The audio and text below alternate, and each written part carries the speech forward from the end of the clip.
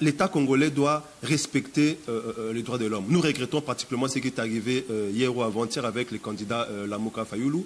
On l'a empêché de battre campagne. Et pourtant, la Constitution, la loi électorale est claire à ce sujet. On doit laisser tous les candidats battre campagne. Et le fait qu'on ait fait obstruction à ce que Fayulu puisse se battre campagne, c'est une violation des droits de l'homme. Donc, nous voulons que cette occasion soit une occasion pour l'État congolais de se remettre en cause et travailler pour que les droits de l'homme soient respectés de façon équitable au profit de tout le peuple congolais. Radio Bissonyonso Congo, RDC, une chaîne au cœur du monde. Vous êtes sur la radio Bissonyonso Congo RDC. Ah bon? Oui, tapez www.radiocongonews.com, accédez dans notre site et avoir toutes nos informations. Soyez le mieux informés dans le monde numérique. Bonjour. Pour moi, le plus important, c'est l'essence de servir. Je suis avocat au barreau de Kinshasa-Gombe, conseiller près la Cour pénale internationale, 18 ans de carrière comme avocat. Mais à un certain moment, nous avons des rêves, nous avons des idéaux. Et le désir de servir ma nation, mon pays, m'a poussé à m'intéresser particulièrement de la chose publique. Et c'est ce qui a fait que je puisse être candidat député provincial dans la commune de Lingwala. Pourquoi candidat député provincial? Parce que j'estime que le développement commence à la base. Lorsqu'on veut implémenter un vrai développement, on doit commencer à le faire au niveau de la base. Et du coup, je me suis présenté comme candidat député provincial à Lingwala parce que j'estime que c'est à la base, où on peut commencer des projets de développement qui pourront atteindre toute la nation. Là où étudient mes enfants, on dit souvent ceci: beaucoup de petites gens, dans beaucoup de petits endroits, faisant beaucoup de petites choses, peuvent changer le monde.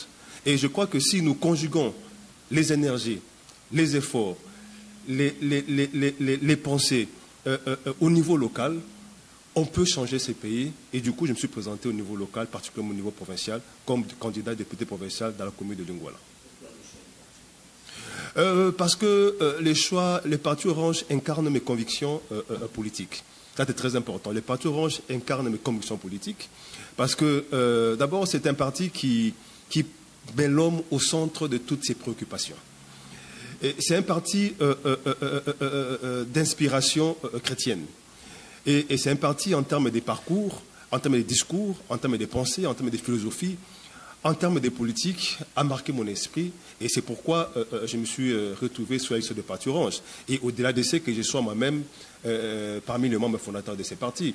Donc, non seulement que je suis acteur dans ces partis, mais encore que ce parti reflète mes convictions politiques. C'est pourquoi je me retrouve comme candidat du parti orange.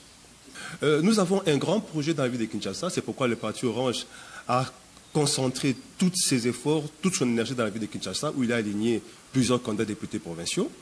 Nous avons le projet pour Kinshasa se décline en quelques traits, très brièvement. D'abord, Kinshasa, une ville bien gérée. Pour nous, la question de bonne gouvernance, c'est une question qui est au centre de tout. Parce que lorsqu'on gère bien, on sait d'abord, un, avoir les ressources, et de deux, on sait les affecter convenablement au profit de l'intérêt des bénéficiaires. Ville de Kinshasa, une ville bien habitée. Nous pensons que le contexte actuel de la ville de Kinshasa, il n'y a pas de bons projets d'habitat. Et pour nous, nous estimons que, en tant qu'acteur, en tant que gestionnaire de la ville de Kinshasa, il faut implémenter des grands projets d'habitat. Je vous donnerai une illustration très simple. Aujourd'hui, si la ville de Kinshasa s'est dit que je vais investir 10 millions de dollars américains pour les projets d'habitat par an, la ville serait capable de construire 500 maisons par an. Et au bout de 10 ans, la ville pourrait construire plus de 5000 maisons. En fait, 10 ans, c'est pratiquement la durée du gouvernorat provincial actuel. Donc, au bout de 10 ans, si, depuis que ces gouverneurs existe, en fait, a eu son pouvoir, il s'était investi à un vrai projet d'habitat, la ville pourrait construire aujourd'hui 5000 maisons. C'est-à-dire que 5000 maisons veut dire simplement, nous avons plus ou moins 15 quartiers cités vertes, 15 quartiers Mamobutu, ou encore 15 autres quartiers Salongo. Donc, une ville bien habitée. Encore que, par rapport à ces projets d'habitat, on peut donner à la population l'occasion d'avoir des crédits pour s'offrir ces maisons. Et au bout de 10 ans, quelqu'un pourrait être propriétaires de ces maisons. Quand on part déjà de la moyenne que les Congolais de Kinshasa payent plus ou moins la moyenne $200 à maison par $200 américains par mois, et que sur une année, quelqu'un pourrait payer $2400 américains, au bout de 10 ans, il paierait $24 000 américains, et le coût d'une maison pourrait être de $20 000 américains, et du coup, au bout de 10 ans, la personne aurait remboursé la dette, et puis l'État aurait pu avoir de bénéfices. Donc, pour nous, la question d'habitat est une question très importante. D'ailleurs, en termes de la Constitution, la question de l'habitat est une question qui relève du pouvoir exclusif des provinces. Donc, la ville peut implémenter des vrais projets d'habitat qui pourront bénéficier à la population congolaise. Alors, un autre aspect, c'est que la ville de Kinshasa est une ville sécurisée. La question de la sécurité qui soit importante. Il faudra que les efforts soient mis ensemble, soient mobilisés pour que la ville soit sécurisée. Et quand je parle de la sécurité, là, il y a plusieurs axes. Il y a par exemple la question de la sécurité, la question de l'éclairage public. Il y a la question de la circulation routière. Donc, toutes ces questions sont rattachées à la sécurité de la ville de Kinshasa. La ville de Kinshasa, une ville bien éduquée. L'éducation, pour nous, est une question très, très, très importante. Aujourd'hui, au bout de 10 ans de gestion de la ville de Kinshasa par le gouverneur actuel, les écoles n'ont pas été construites. Les écoles n'ont pas été réhabilitées. Et pourtant, la ville perçoit actuellement plus ou moins une moyenne de $30 américains par enfant en termes de frais de la ville de Kinshasa. Donc, ça veut dire que si on prend la moyenne de plus ou moins 1 million d'élèves dans la ville de Kinshasa, ça veut dire que la ville, par an, touche $30 millions américains. Et dans ces $30 millions américains, si on affecte 10 millions dans les projets habitat, on peut avoir 20 millions qui peuvent être affectés à d'autres projets, entre autres des projets d'éducation. Mais ça n'a pas été fait. Vous savez, on dit une chose, que lorsqu'on veut détruire une nation, il ne faut pas l'éduquer, il faut renforcer la corruption. Et c'est ce que nous vivons actuellement. Donc, cela veut dire que, dans ces contextes, le pays est appelé à mourir. Mais nous croyons que les choses vont se relever. Parce qu'il y a des gens qui pensent que cette nation a toutes les raisons de se relever et qui travaillent par rapport à cela. Et enfin, une ville de Kinshasa, une ville prestigieuse. Vous savez, on a toujours parlé de la ville de Kinshasa comme étant une ville propre, Kinshasa la belle.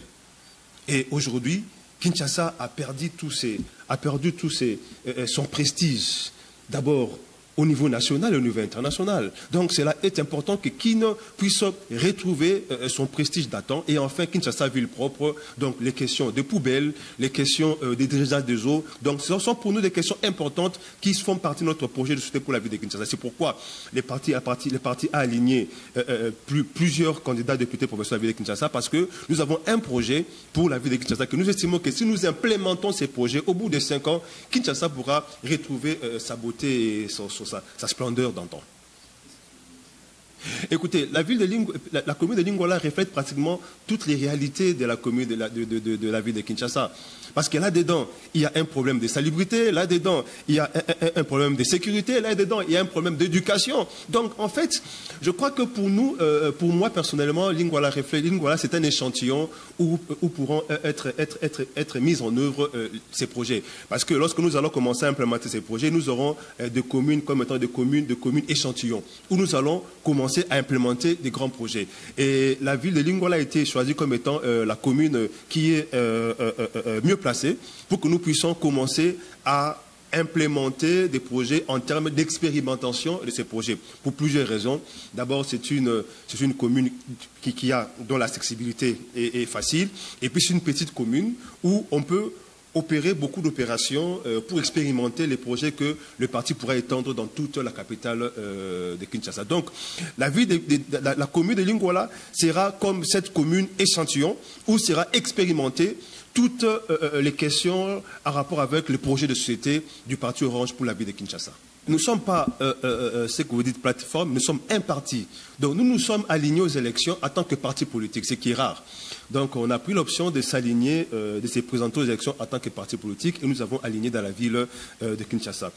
La question de candidats communs de l'opposition. Notre parti s'est investi sur cette question de candidats communs de l'opposition dès le départ. Alors que pour beaucoup, ce n'était pas encore un problème. Pour nous, nous sommes investis. Nous avons travaillé, nous avons rencontré tous les acteurs politiques de l'opposition pour discuter de la question du candidat commun de l'opposition. Je ne parlerai pas encore en termes des divisions parce que nous croyons que d'ici le 23, on peut arriver au candidat commun de l'opposition. Parce que lorsque je vois ce que fait Fayoulou sur le terrain, c'est un travail incroyable. Lorsque je vois également ce que fait Félix sur le terrain, c'est un travail incroyable. Imaginez-vous, en termes de rêve.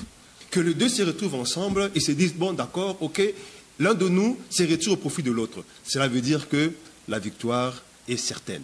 Donc, pour nous, ce n'est pas aujourd'hui la question de la division de l'opposition, c'est question de dire tout, sauf Chadari. Donc, nous, aujourd'hui, nous sommes en train de travailler pour qu'au 23 décembre, que nous arrivons à un candidat commun de l'opposition. C'est pour nous prioritaire parce que le succès, la victoire de l'opposition en dépend. Donc voilà la vision du Parti Orange et nous sommes alignés à nous investir pour les candidats communs de l'opposition et nous travaillons par rapport à cela.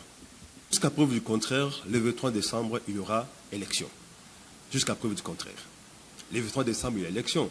Il est vrai qu'il y a des questions qui se posent autour de la question des élections. D'abord, la question de la fiabilité de la machine à voter. C'est une question réelle qui se pose. Et la question s'est posée et on a entendu que la CNU nous répondre sur ces questions de façon claire et certaine. Mais il n'y a pas eu de réponse avec certitude sur la fiabilité de la machine à voter. Ça, c'est un problème réel. Il y a cette question en rapport avec le fichier électoral, des millions de noms qui posent problème. C'est une question qui est réelle. Mais jusqu'à preuve du contraire, nous partons aux élections le 23 décembre. Que faut-il faire? Mais il faut travailler pour que l'opposition gagne l'élection. Et nous travaillons par rapport à cela, pour que l'opposition puisse gagner l'élection. Vous savez, des fois, stratégiquement, il faut prendre l'adversaire sur son terrain de bataille. Vous comprenez? De manière à ce qu'il soit totalement désillusionné. Et c'est ça, la stratégie actuelle de l'opposition.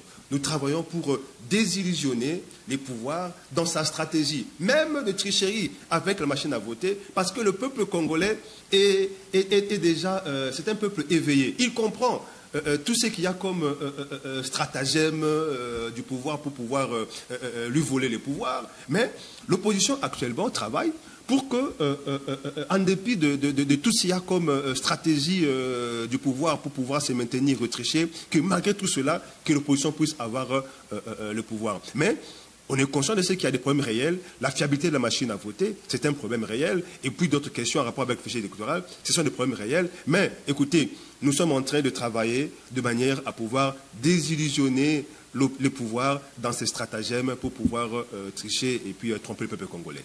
Et actuellement, c'est la question que nous sommes en train de finaliser, la question des témoins.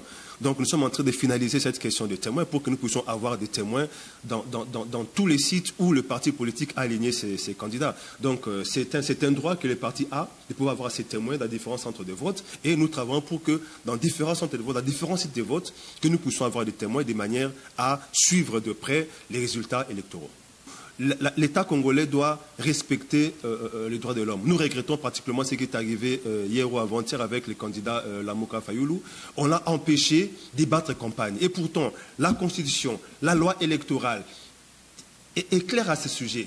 On doit laisser tous les candidats battre campagne. Et le fait qu'on ait fait obstruction à ce que Fayoulou puisse se battre campagne, c'est une violation des droits de l'homme. Donc nous voulons que cette occasion soit une occasion pour l'État congolais de se remettre en cause et travailler pour que les droits de l'homme soient respectés de façon équitable au profit de tout le peuple congolais. Écoutez, la part de la population, c'est qu'ils doivent s'investir à choisir des bons acteurs politiques pour gérer convenablement au profit de la population congolaise. C'est pourquoi je suis en train d'interpeller, j'en appelle au peuple congolais pour que, lors des élections, qu'il fasse plutôt le bon choix.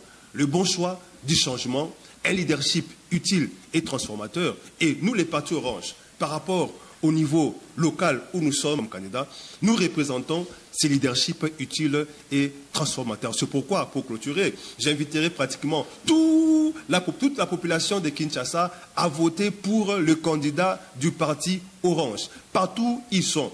Dans différentes communes, je vous demande de voter les candidats du parti Orange. Et pour ceux qui sont à Lingwala, votez pour Papi Ndondobo Nisankoyi, candidat numéro 33. Nous incarnons un leadership utile et transformateur. Et en votant pour nous, nous vous rassurons que nous allons implémenter ces projets de société pour la ville de Kinshasa, au bénéfice de la population de Kinshasa, au bénéfice de la population de Lingwala. Ce climat ne favorise pas les élections libres, transparentes et crédibles. C'est un problème réel. Et c'est pourquoi les acteurs politiques qui gèrent la nation actuellement doivent changer leur méthode de gérer la nation. Ça s'appelle la République. la res publica, une chose qui appartient à tout le monde. Donc on doit laisser à tout le monde, donner à tout le monde l'occasion de concourir au pouvoir. On doit donner à tout le monde les chances de chercher à acquérir le pouvoir selon les normes démocratiques. Et c'est ce que nous souhaitons. Jusqu'à preuve du contraire, le 23 décembre, il y a élection. La CENI l'a dit et continue à dire que le 23 décembre, il y a élection. Bon, en coulisses, il y a des choses qui se disent, que la CENI n'est pas logistiquement prête. Mais tant que la CENI dit que le 23 décembre, il y a élection, bon, écoutez, le 23 décembre, nous pensons qu'il y aura élection. Dans tous les cas, si avant le 23 décembre, la CENI changeait de date, cela toucherait à son crédit. Et nous pensons que c'est une institution responsable qui sait ce qu'il fait.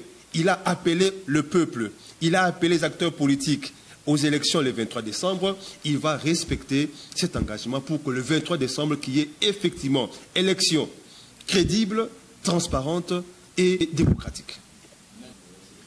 Il appartient à chacun d'être responsable de ses actes. Si vous avez commis des actes qui ont conduit à des sanctions personnelles, vous en subissez les conséquences. Là, c'est une affaire de chacun d'être responsable de ses actes. Vous avez l'occasion de gérer la nation. Et si, à travers la gestion, il y a eu des comportements, d'attitudes qui ont poussé les autres nations à considérer que cela est barbare et à vous sanctionner, là, c'est à chacun d'être responsable de ses actes et d'en tirer toutes les conséquences. Et ça, ce ne sont pas des questions qui concernent la nation. Ce sont des questions qui concernent les individus en termes de responsabilité individuelle partant de la gestion de la nation. Je vous remercie.